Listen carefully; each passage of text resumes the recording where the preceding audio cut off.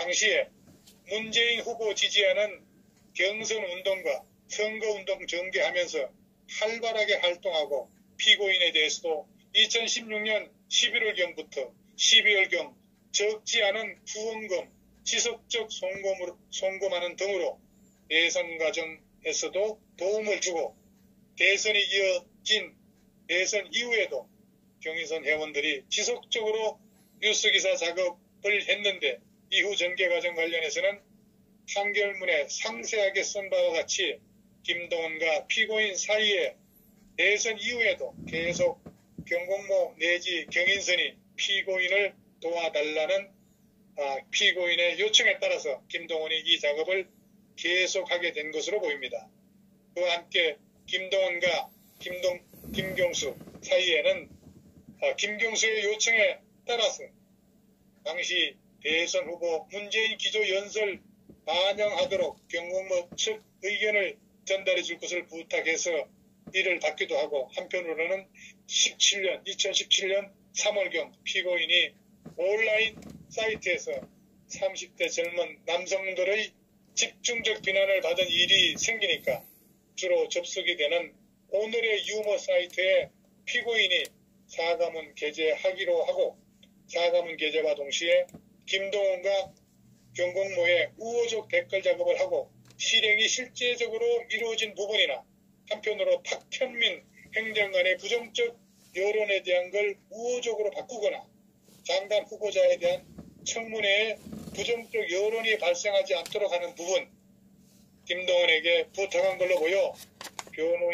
변호사 윤평 추천 경공모로부터 받고 문재인 캠프에 참여하도록 해서 특보로 임명받도록 한 것으로 보입니다. 그러니까 총체적으로 뭡니까 이 문재인이 그 대선 이 후보 선거부터 시작해가지고 뭐 대한민국 여론을 갖다가 이 조작 공장에서 전부 다 생산해서 아주 이렇게 엄청나게 했는데 이 특검이 증거인멸을 전부 다 했지만은 그래도 이 정도로 찾아낸 겁니다.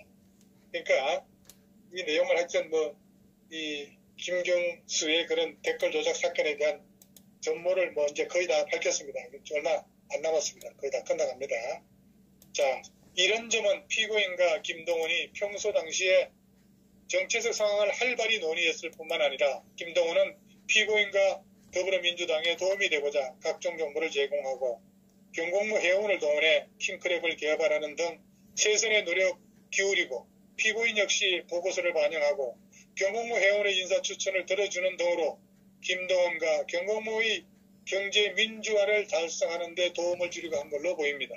단순히 정치인과 지지인 관계를 넘어 피고인은 민주당 정권 창출과 유지를 위해 김동원은 피고인을 통해 경공모의 목적을 달성하기 위해 상호 도움을 주고받음과 동시에 상호 의존하는 특별한 협력관계와 이런 협력관계 속에서 김동원이 이 사건 범행을 저지른 것으로 보이고 그와 관련해 가장 중요한 쟁점이 될 수 있는 오사카 총영사 등의 인사 추천과 관련한 행위도 이루어진 것으로 보입니다.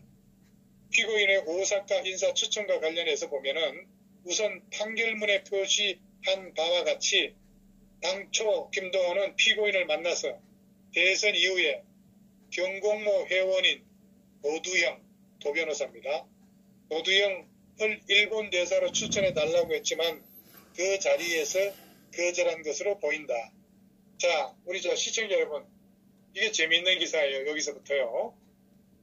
왜 이 도두형을 굳이 오사카 총영사로 보내려고 했냐 이겁니다. 이거 대한항공 사건, 지금 요즘에 벌어지는 스마트 공장, 이런 거하고 견주어서 이거 분석해 볼 필요가 있다고 봅니다. 자, 여기서부터 한번 잘 좀 지겹더라도 잘 들어보세요, 한번요. 자, 일본 대사로 추천을 해달라고 했지만 그 자리에서 거절당한 것으로 보인다. 그 직후에 김동원은 피고인과의 관계에서 댓글 작업에 대한 뉴스 기사 URL 전송받고는 말씀드린 바와 같이 경인선 휘가줬다. 양해 부탁한다는 메시지를 보내고 작업을 잠시 중단한 것으로 보입니다. 2017년 당시 경공모 내 텔레그램 방에 올라간 것을 보면은 다음 주 킹크랩이 재개될 때까지 정치면 특히 인사 관련 기사는 악플이 상위로 올라갈 것을 조장할 것. 킹크랩 존재 가치는 다음 주 내내 악플이 얼마나 달리는지에 달렸다. 협박하는 겁니다. 이거는요. 김경수에게는 김경수에게는 안 보내고 내가 본다. 김경수에게는 보내지 않고 내가 본다 등의 메시지를 올렸는데 이 부분은 김동훈이 경인선 조직을 이용해 민주당 측에 소위 악플이 올라가도록 작업한 것으로 보입니다. 2017년 6월 14일경에 김동훈은 피고인의 보좌관인 한주영을 만났고 한주영을 통해서 피고인이 인사자료를 갖고 청와대에 들어가서 외교부 특 1급짜리 두 곳을 알아보고 있습니다. 그중 한 곳이 오사카라고 들은 걸로 보여 오사카 총영사는 이때 처음 언급된 것으로 보이고 관련해서 같은 날 김동훈은 경공모 내 같은 방 채팅방에서 오사카 총영사가 누구고 부임을 언제 했고 임기가 언제다 이런 등등 메시지를 보내서 그 직후에 김동훈은 경인선이 휴가를 마치고 다시 활동을 재개한다는 정보를 보냅니다. 이후에 도두영 변호사, 도두영에 대한 오사카 총영사 진행 작업과 또 경인선 활동 및 킹크랩 작업이 계속된 것으로 보이고 2017년 11월경까지도 계속 진행된 것으로 보입니다. 그 과정에서 11월 24일경에 한주영이 김동훈에게 전화해서 반드시 오사카 총영사로 가야 하는지를 물었고 이 부분에 대해 피고인도 김경수도 다시 한번 확인한 것으로 보여 이후에 2017년 12월 28일경에 피고인과 김동훈 사이에 피고인이 김동훈에게 도두형에 대한 오사카 총영사 진행은 어렵고 센다이로 추천해 줄 수 있다는 취지로 얘기한 걸로 보여 이에 대해서 피고인은 2018년 1월경에 다시 한 번 더 김동훈에게 전화를 해서 오사카 총영사가 될 수 없는 이유와 센다이 총영사가 어떤지를 제안한 것으로 보여집니다. 이 과정에 대해서 보면은 김동훈과 경공무로서는 일본 대사 내지 오사카 총영사에 관한 인사 추천 문제가 매우 중요한 문제로 인식하고 있었던 것으로 보여집니다. 이것은 경공모가 적대적 M&A 방법, 경제 민주화를 이루고자 하는 목표를 가지고 있었는데, 자, 시청자 여러분, 오 변호사가 오사카 총영사를 가서 이제 뭘 하려고 했냐면은 이제 경제 민주화의 목표를 가지고 가겠다는 거였던 겁니다. 이 얘기는 뭐냐면은 오사카 가서 오사카에 그 제1교포들이 많이 사니까 그 오사카 교민들의 자금 내지는 거기에 오사카 가게 되게 되면은 빠찡고 우리 그 교민들이 하는 것들도 많을 뿐만 아니라 일본에 또 야쿠자들도 있고 그러니까 그런 자금들 이런 거를 활용해 가지고 대한민국 경제 민주화를 이루는데 일정한 역할을 갖다가 이제 기획을 다 하고 있었던 겁니다. 자기들 나름대로는. 그래서 이런 경제 민주화를 달성하기 위해 그에 부합할 수 있는 더불어민주당이 정권을 잡고 유지하도록 피고인을 어떻게 논하는 게 필요하고 그걸 통해서 일본에서 자금을 들어올 수 있는 여기 중요한 겁니다. 이거 판결문 내용이 이렇게 나오는 겁니다. 일본에서 자금을 들여올 수 있는 오사카 같은 고위공직 경공모 측 회원이 임명되도록 하는 게 필요했기 때문인 것으로 보여집니다.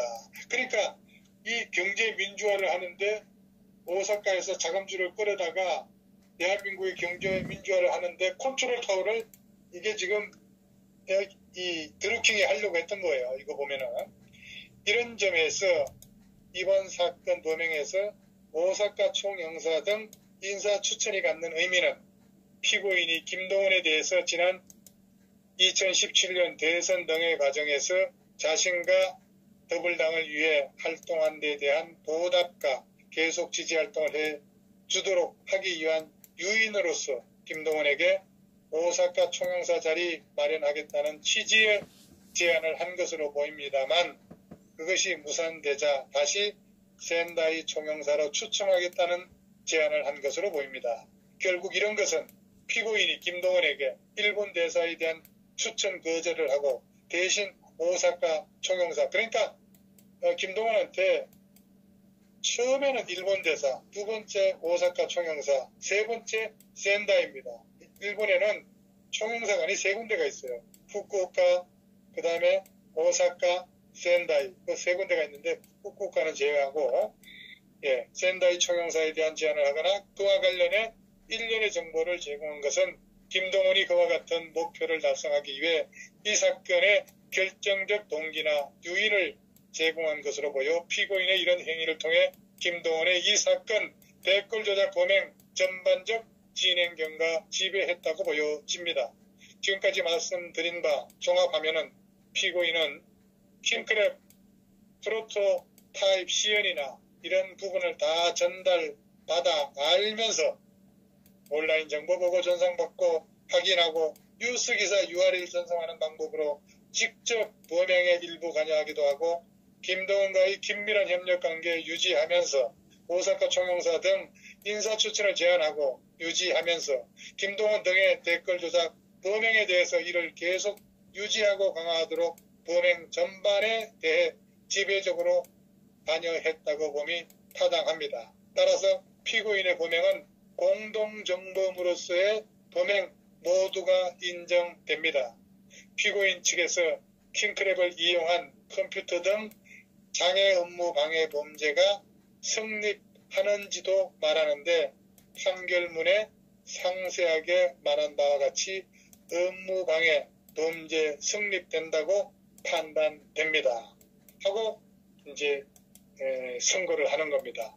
정말 이 부분에 대해서 우리가 오사카 총영사에 왜 집착을 했을까? 아까도 말씀드렸지만은 그게 이제 이런 의문이 가는 것도 이제 해소돼야 될 부분이라고 생각해서 다시 한번 말씀을 드리면은 오사카에는 우리 교민도 많이 살고 있고 좋은 말로 말하면 그 지역에 자본을 끌어들여서 경제 민주화를 통해 스마트 공장, 올해 문재인이 올해 초에 스마트 공장 연두기자회견에서 3만 개 만들어서 확대한다고 얘기했지 않습니까? 이런 역할과 오사카 교민사회의 그런 정치적 동질성 회복 뭐 이런 마중물 역할을 하겠다는 그런 야심도 작용했을 것으로 이렇게 보여집니다. 자, 그래서 이 선고문은 이렇게 짤막하게 나오는데 지금까지 말씀드린 그런 내용들이 다 중요하죠. 이거 그래서 제가 이제 압축을 한번 해보겠습니다. 자, 그래서 이 경제민주화, 실제로, 이건 제가 지금, 읽고 제가 이제 생각나서 제가 논평을 해드리는 건데, 실제로 삼성 이재용 회장과 롯데 신동균 회장을 가두고 말도 안 되는 국민연금을 갖고 주주권 행사를 한다는 게 이게 말이 됩니까? 말이 안 되지. 그렇죠. 국민을 위한 주주를 표방하지만은 정부가 인사권을 쥐고 있는 형편에 정권의 주주가 될 가능성을 한번 생각해 보세요. 시청자 여러분. 끔찍한 일이 벌어지고 있는 겁니다. 이 국민연금은 이사장뿐만 아니라 기금운영본부장도 사실상 정부에서 결정하는 만큼 정부 기조에 반하는 그런 의사결정은 사실상 어려운 거 아니겠어요? 이건 국민연금이 기업을 지배하는 연금 사회주의를 하겠다는 그런 발상입니다. 연금 사회주의. 자, 국민연금 기금운용위원회 위원장인 강능우 보건복지부 장관이죠. 뭐라고 말했습니까? 그때 한진그룹 오너 일가에 대한 국민들의 우려 해소를 위해 적극적으로 주주권을 행사하라고 이런 지시를 한 거 기억하시죠, 여러분들? 대한항공 오너의 딸내미가 누굽니까? 전무 말이죠. 조현민이지 않습니까? 예. 그 조현민이 그 물컷 갑질이라고 한 거 제가 요번에 이 부정 때 내려가서 제가 그 얘기를 들었습니다. 제가 아주 이 조현민이 하고 이 가깝게 지내는 사람한테 그 얘기를 들었는데 이 물컵 사건이 이게 사실 들어보니까 정말 황당하더라고요. 왜 그러냐면은 평창 동계올림픽의 조직위원장이 누구였습니까? 예? 조현민이 아버지, 예? 대한항공 오너 조양호 회장이 평창 동계올림픽 위원장이었지 않습니까? 근데 이 조현민이 대한항공에서 이제 출장을 보내는 거예요.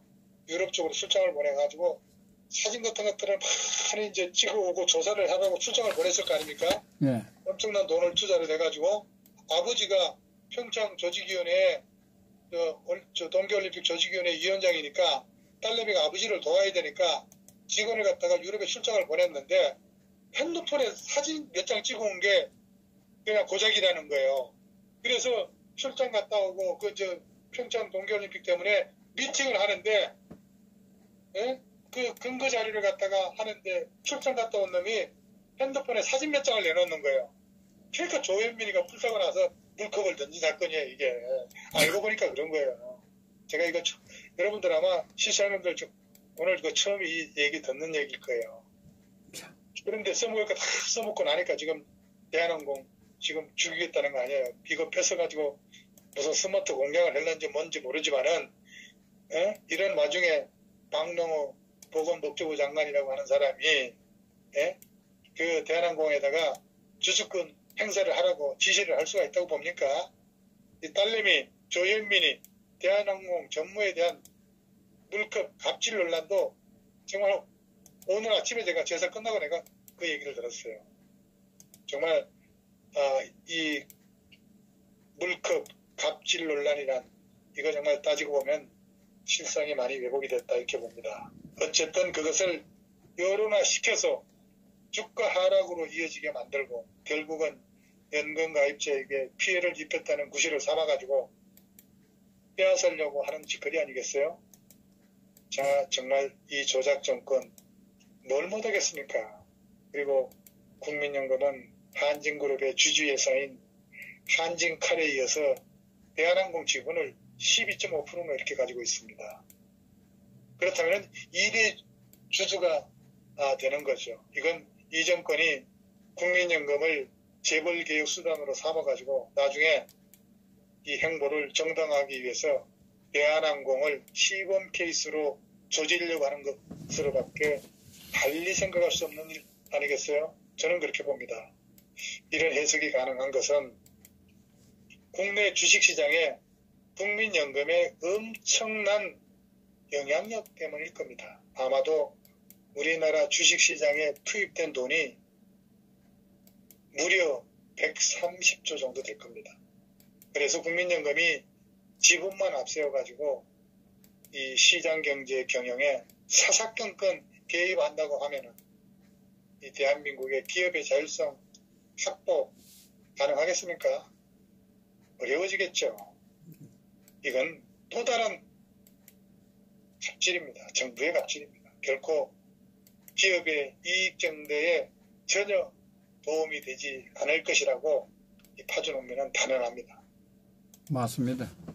예, 그러니까 우리 이런 내용들 잘 아셔야 되겠고, 쭉 제가 이런 설명을 지금까지 쭉 읽으면서 보충 설명을 드렸습니다만은 이제 마무리를 한번 해보겠습니다.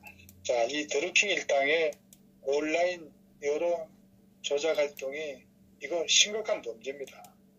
예? 이거 민주주의의 근간을 갖다가 뿌리채 흔들고 있는 거예요. 예? 근데 김경수가 여기에 가담을 한 겁니다. 김경수가 왜 가담을 했겠습니까? 김경수 뒤에 누가 있겠습니까? 깃털도 있고 몸통도 있을 거 아니겠어요? 그러니까 더불어 김경수의 주장대로 드루킹 일당의 진술에 의심할 부분이 있다면서도 특검이 제시한 텔레그램 메시지 같은 물증의 뒷받침이 있는 만큼 유죄로 봐야 한다고 본 거죠. 그리고 이 피고인은 킹크랩 프로토타입 시연 내용을 모두 전달받았을 뿐만 아니라 그리고 온라인 정보 보고 기사 목록도 확인하고 또 나아가서 뉴스 기사 URL을 전달하는 방법으로 범행 일부에 직접 관여하기도 했고 김동완하고 또 김경수하고 긴밀한 협력 관계를 유지하면서 오사카 총영사 같은 그런 인사 추천도 제안을 하고 유지하면서 김동완은 댓글 조작 범행에 대해서 이것을 유지하고 강화하도록 범행 전반에 대해서 지배적으로 관여했다고 보는 겁니다. 저뿐만 아니라 재판부가 그렇게 보고 있다는 겁니다. 따라서 이 김경수는 공동정범으로 범행 모두가 유죄로 인정된다고 재판부가 다 판단했다는 거예요. 그리고 피고인 김경수는 김동완하고 공모해가지고 킹크랩 프로그램을 이용해서 댓글 순위 조작 범행했고 이 범행은 온라인상에서 마치 실제 이용자가 기사 댓글에 공감을 클릭한 것처럼 속이고 말이죠. 허위 정보를 입력을 해가지고 포털 사이트에 정상적인 업무를 방해까지 했습니다.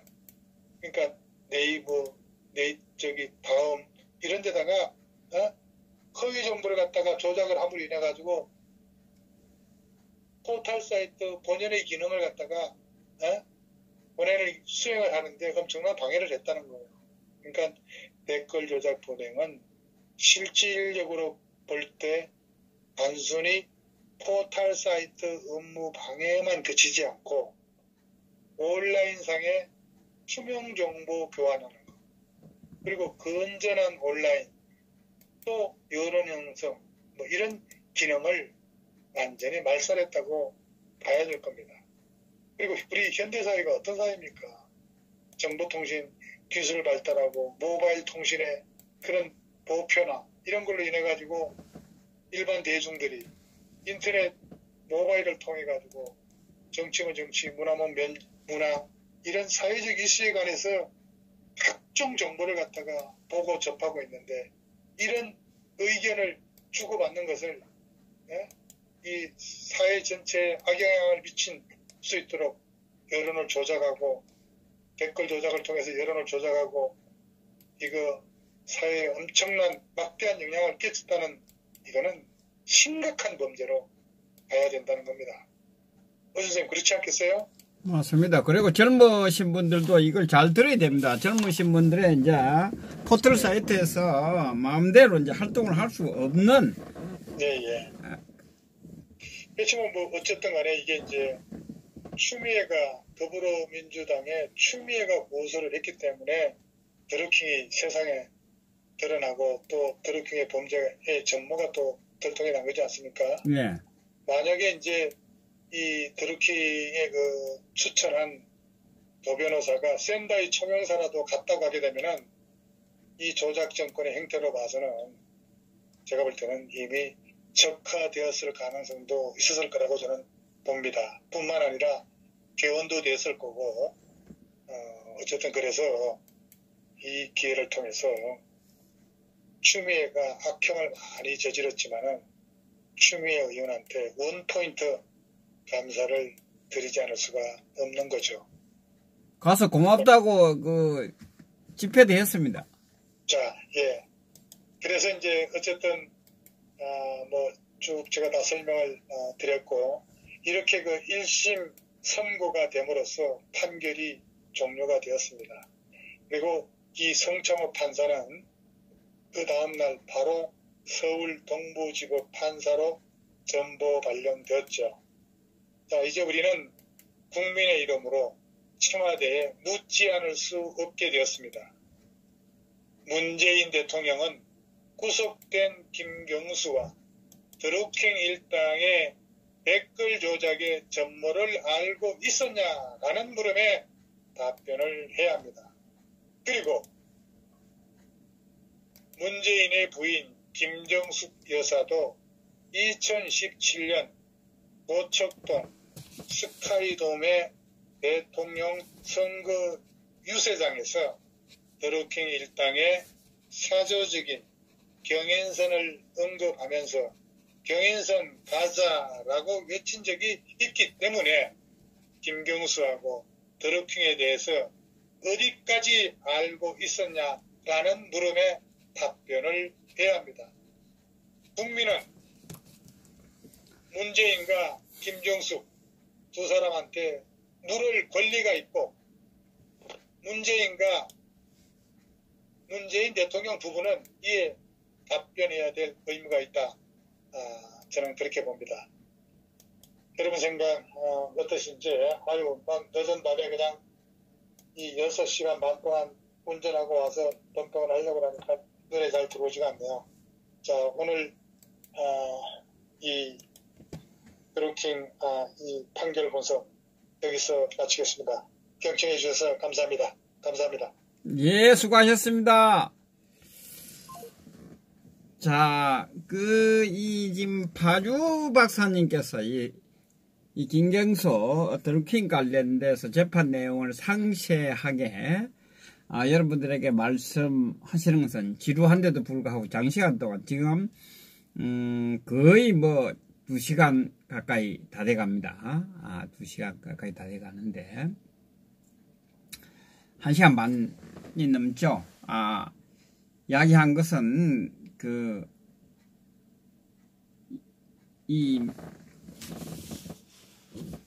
이 사안이 상당히 중요합니다. 지금 지금 김경수 드루킹 사건이 정말 지금 이 문재인 좌파 정권의 어떤 기로에 서 있다. 이것이 우리가 어떻게 하느냐에 따라서 정말 자리에서 내려오느냐 안 내려오느냐 그런 중요한 사항입니다. 그래서 우리가 이 드루킹 관련돼서 김경수 구속된 것에 대해서 상세하게 좀 알고 있어야 되겠습니다.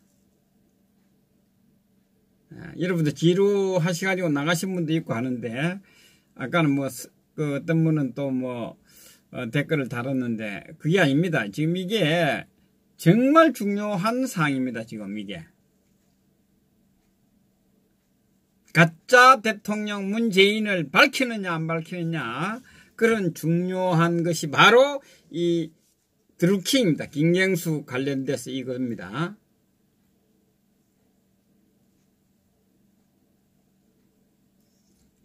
정말 이것은 이 드루킹 관련돼서 김경수 구속은 어마어마한 일이 벌어진 겁니다. 지금.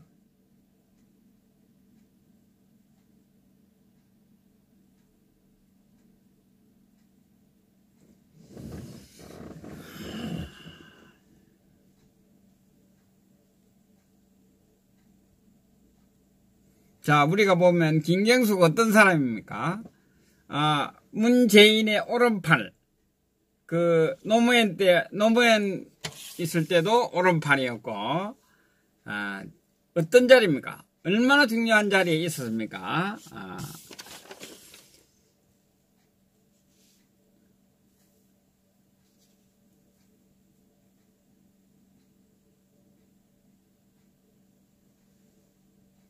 자, 수고 하셨습니다. 우리 파주 박사님 장시간 동안 피곤하실 텐데 장거리 길이 막혀서 대전에서 올라오면서 장시간 동안 운전했는데도 불구하고 또 이렇게 드루킹 관련돼서 김경수 관련돼서 너무나 중요하기 때문에 오늘 이렇게 재판 내용을 상세하게 여러분들에게 전달해 주셨습니다. 우리 파주 박사님께 우리 좀 박수를 보내주시기 바랍니다.